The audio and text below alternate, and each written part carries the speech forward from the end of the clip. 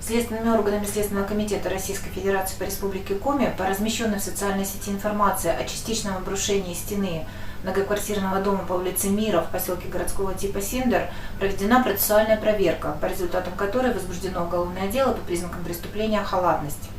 По данным следствия, в сентябре 2020 года многоквартирный дом номер 4 по улице Мира в поселке городского типа Синдер 1988 года постройки признан аварийным и подлежащим сносу.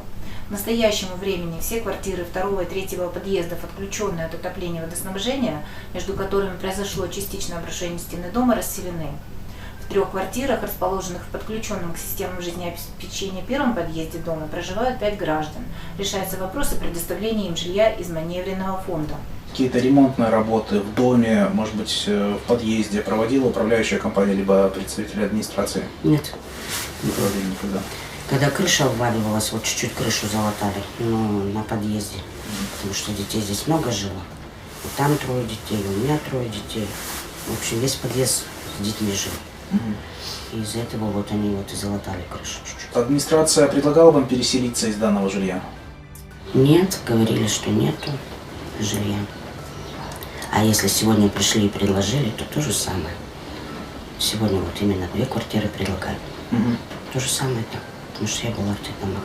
Насколько мне известно, здесь капитального ремонта не было никогда. Заходить страшно, потому что стены валятся. Дети постоянно бегают же, туда-сюда бегают. Все это валится, вот.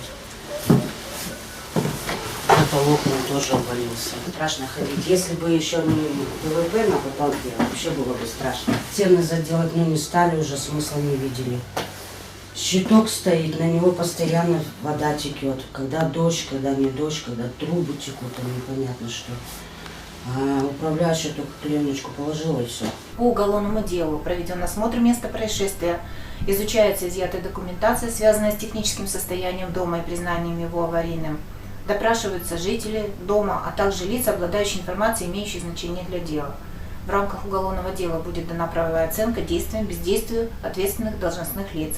Ход и результаты расследования уголовного дела находятся на контроле в аппарате Следственного управления.